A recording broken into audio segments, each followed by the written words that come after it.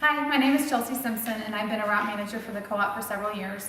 So I'm going to explain a little bit today about best practices for route management. Every route is different, and so obviously if your route is bigger or smaller, or depending on the location, some of these things might change, but these are general best practices that we've found work well. So the first thing I'm going to tell you is the most important thing, and that's that being friendly is the thing that you need to keep in mind above almost everything else. It's important to remember that your members that come through the door on delivery day are basically friends that you only get to see once a month. And if you're a route manager for any time at all, you might really become friends with some of these people and get to know them and their kids. So it's important to greet the members as they arrive. And it's not important that you know everyone's name, but particularly if you're at a large route, that's going to be hard to do. But just a smiling face. And that's also going to help you identify the members who are newer, so you can explain to them how to do things at your site. So I'm going to just start from the top when you get to your site to set it up, what you're going to do, and just walk through a few of those things. So when you first get to your site, you're going to have a lot of coolers, and you're going to have one of these. This is your route packet, and it's really important, and it's going to have a checklist of all the things that should be in it. And we'll have some more information about that in a minute. So when you first start setting up your site, you're going to have two things to set up. You're going to have your coolers, and then you're going to have your route packet. Your route packet will come in a large manila envelope with a checklist on the front of what's inside of it. There's going to be several things inside of the route packet. First of all, you're going to have member invoices. These are usually organized in order of member number, but sometimes that changes. You're going to have several of your key pieces of paperwork that need to be turned back into the co-op. And so these are really important to understand, but they all have directions on them, so if you get confused, it's easy to figure things out on the spot. You have a checklist of all of the members who have ordered, and along with their telephone number, and this is basically going to be your log to keep track of who has came and who has went and how they paid. So basically on that form, as each member checks out, you're going to fill in the appropriate information for their invoice amount and then the amount that they paid, whether they paid by check or money order or PayPal or with work credits. And it's always important to remember that members can never pay with cash. So if someone tries to pay with cash, just explain to them the problems. See if they have a PayPal account they can use on the spot, maybe even on their iPhone. See if there's a bank nearby that they can get a money order from. Just talk it through and find a solution for them. You have several other important items that need to be sent back along with that check sheet to the co-op. You have a work credit log where you and other volunteers at your site will sign up for the amount of hours that they work that day. There's also on that location, not only can you get work credits, but you can sign up to be a volunteer. So if you don't want to receive work credits for your time, you just actually want to donate it, it's still important to let us know how much time you've spent that day so we can properly account for how much time it takes to run the co-op's operations. So in that case, you need to fill in the VOL slot. Most other delivery day work that you'll do will fall under the DDP, delivery day pickup site slot. So you'll just fill in that form as appropriate. You'll also have a route missing items log. So sometimes on delivery day, not everything goes perfectly, and you'll have a member who can't find something in their order. In that case, they will be credited, and you just have to fill in the appropriate information on the route missing items log, which again, there's instructions there.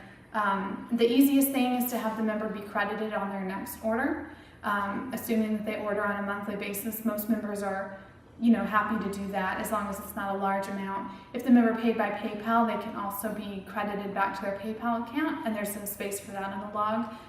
They can also deduct that amount from their order that day, which is rare, but sometimes if it's a large item that's missing worth, say, $50, that might be something they want to do. But I always encourage members to take the credit on the next order option. You'll also have a left behind and found out items log, and you'll actually have two copies of this.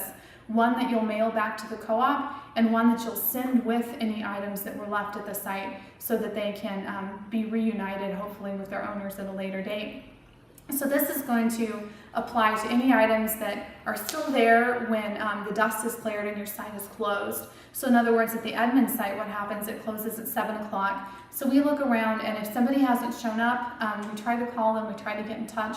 If we can't get them, or if they can't make it in time, we'll write down their order on this found items log. And we don't have to itemize everything. If it's a whole order, you can just write the member's name and number and the words whole order and include their invoice when you send those food and non-food items back to the back to wherever they belong. So, which I should say, some locations in the Oklahoma City Metro send their orders back to the Oklahoma pickup site. So we'll get to that later. But you'll also have 2 versions of this log. So it's important to fill out the other left behind found items log if you are going to send your items back to the Oklahoma City sorting site, because that will basically be their route log for members that pick up their items the next day. You have a couple other items in your big manila envelope that are important. You'll have a W-9 form sometimes in case you have any new volunteers. All volunteers who want work credits do need to fill out a W-9 form. You'll also have a co-op addressed stamped envelope so that you can send all of these items, including all of the checks you receive, back to the co-op at the end of the day. You do not have to send back any PayPal receipts, and we'll get to that in a minute when we talk about how members can pay. But basically, members have to show you their PayPal receipts, but you do not have to keep those. So don't bother stuffing those into your envelope that you mail back. So when you get to your site, here's what you'll want to do to set up. First of all, find your big envelope. That's important. And you're going to want to pull your important papers out of there to get them ready. You're not going to need your envelope to mail it back until the end of the night, but you probably want to hang on to it. What I do is put checks in there as I go, just to keep track of them. You want to get your pile of invoices out and put them prominently on the table so that members can pick them up as they come in. You'll find that some members want to bring their own invoice from home, which is fine, except for sometimes if they printed that invoice early in the day, there might have been a change to the invoice as items were sorted at the operations center. So if possible, I always encourage people to pick up their invoice. It's also nice because encouraging them to pick up that invoice is a point of verbal contact between you and the member, which just helps establish that connection and helps them know that you're the volunteer they can turn to if they have trouble finding things later on.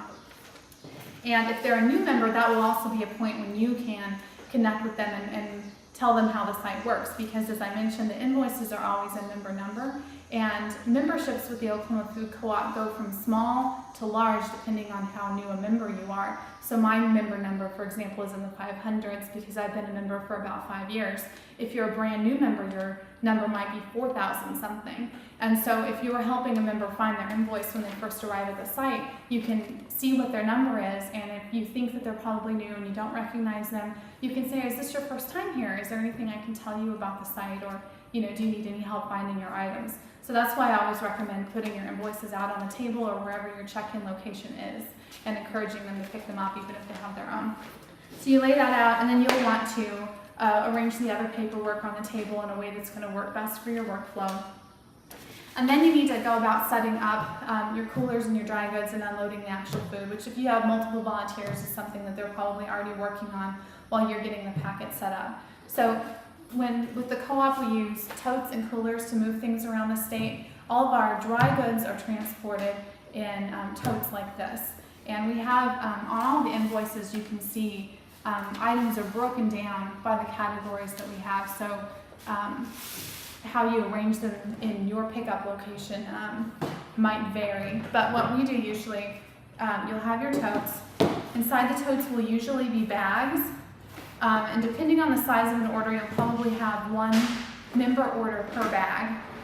So bags will usually have a member name and number here right on them. So you'll pull the bags out and put them on tables. It's always good to have all of the items at your site on tables or chairs, somewhere where they're raised up like this, so that members aren't bending over to get into things. So here we see we have some jelly and I think maybe some soap here in this bag. So things in the dry goods items like this, they're going to be non-food, they're going to be your pantry items. So you'll want to get this set up, and then you'll want to get your cooler set up.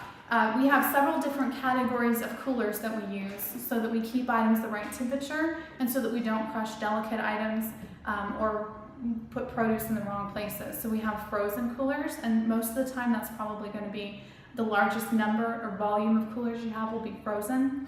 We also have cold produce, which is a refrigerated cooler, and we have regular produce, which is another refrigerated cooler, and then we have eggs.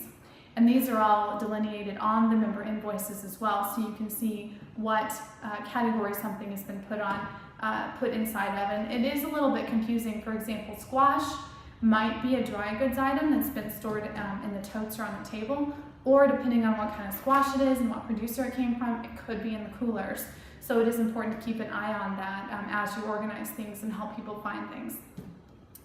So you'll want to get your coolers set up around the room, like I said, up off of the floor ideally. If you have trouble finding a way to get your coolers off the floor at your site, contact the route coordinator who can help you brainstorm a way to get chairs or get tables or something to raise them up, because that's a big priority for us. Another thing that you'll find inside your route packet that's going to be important as you set up are these cheat sheets. These are extremely helpful. These are a new thing that the Co-op's done within the last year or so. So this helps us tell where an item is within the cooler, so members don't have to open every cooler looking for something. So we see here that member 131 has an item in cooler 134. So, and this member 131 actually has items in 4 different coolers. So what he can do when he comes in is go right to those coolers, open them up, find his item, and in fact on this sheet it actually says what producer. It doesn't say the specific product, but it says what producer he or she is going to find in that specific cooler. So that's easy. The coolers are labeled by number, as you'll see here, and they're also labeled according to what category they are, like we were talking about before. So the color of the cooler, whether it's red, blue, green, that's not important, but you'll see there's a label on it every month. Every now and then the labels get wet or they get messed up in some way, but generally that system works really well for us. So once you're all set up, it's time to greet members. Every now and then your members will get there before you're actually set up and ready to go. Most of the time people are willing to chip in and lend a hand and help you carry things if they're physically able. So that's always nice. I found that usually if you explain that things are running a little ahead of schedule or a little behind, or that they're a little early, it all works out in the end as long as you're friendly. So once you get set up and you're ready to greet members, though, I find it's always ideal, especially at the larger sites, if you have at least 3 volunteers there with you. If there's 2 people to greet people and help check out members as they come and go, and at least 1 person sort of floating around in the area where you have most of the products to help them problem solve. What I do, I think it's best to greet people as they come in, help them find their invoice, pass them off to another volunteer if necessary, if they need help, if they haven't been there before.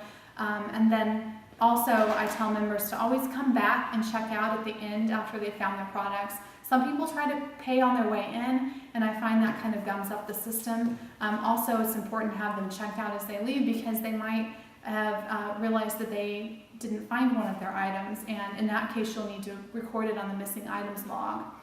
Sometimes if a member's really new, it might even be beneficial to help them check off their invoice with them, just to make sure that they got everything that's on their invoice in their bag. So that's what I recommend. Give them their invoice on the way in, tell them to come back and check out on the way out the door. If you have a location where you can have 2 tables set up, a check-in table and a check-out table, that can work too. At my site we just have 1 table. So we have 2 people sitting there. A lot of times as it gets busy, you might find that there's an occasion where you have to stop and problem solve something with a member. So that's why it's great to have 2 people there at the front. Somebody might have additional questions for you about something on their invoice or something on their bill from last time, and that's when you can stop and explain to them how things work, write things down in the missing log. Someone might stop just to chat with you, and I think it's important if you have a minute that you can stop and talk to them about how you recommend they fix these mushrooms they've never seen before. That's always nice. So if you have another volunteer, that's handy. And then having those volunteers that are kind of floaters in the product area is great, because you don't have to leave your desk and go into the other area and help them find things. Typically at admin, ideally if we have 3 or 4 volunteers, that's great, and we usually have somewhere in the realm of 60 people picking up at this site. So if you've got a smaller site, I'm sure you can make do with less people. At the end of the evening, you'll want to start thinking about breaking down things probably about 30 minutes before your site is set to close.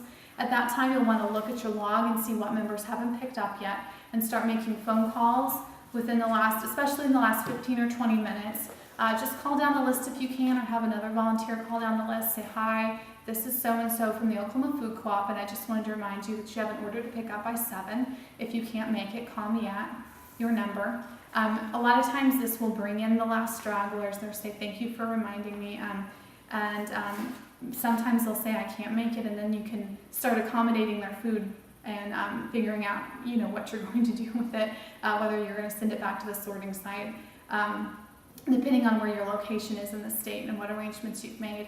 You can also start at the very end of the night consolidating coolers some. Go ahead and take the empty coolers back out to your truck if you have one, depending on what your system is. That's fine. You'll want to start, just gathering things up, gathering up your paperwork, making sure all your volunteers have signed the work credit log in the proper way. And you do need to sign off on some of these things if you are the site manager. And at the end of the night, you'll want to look down your log list of all the members who have came to your site that day. Just see if there's any blank spots. See if there's anybody who came that maybe didn't get marked down. That log list, like I mentioned earlier, the log list does have phone numbers on it. So if at the end of the night you have a question about a member's order, or a question, maybe you forgot to write down whether they paid PayPal or check, you can give them a call. Make sure that document is as tidy as you can before you send it in. Sometimes you might have little notes that you need to make on it just to make something clear about a particular problem a member had. That's fine. Just make sure that everything is as clear as possible when it gets to the finance team so that there's no problems with member orders. And I'll just say one more time what I said at the beginning, which is the most important thing is to be friendly. Make sure that as a route manager, you're always working to build community in your area, because as much as food, the food co-op is also about community, and it'll also make your job more enjoyable.